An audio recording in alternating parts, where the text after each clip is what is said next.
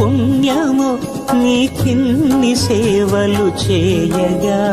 ఏడు కొండల దేవరా ఈ భాగ్యమంతా మాదిరా.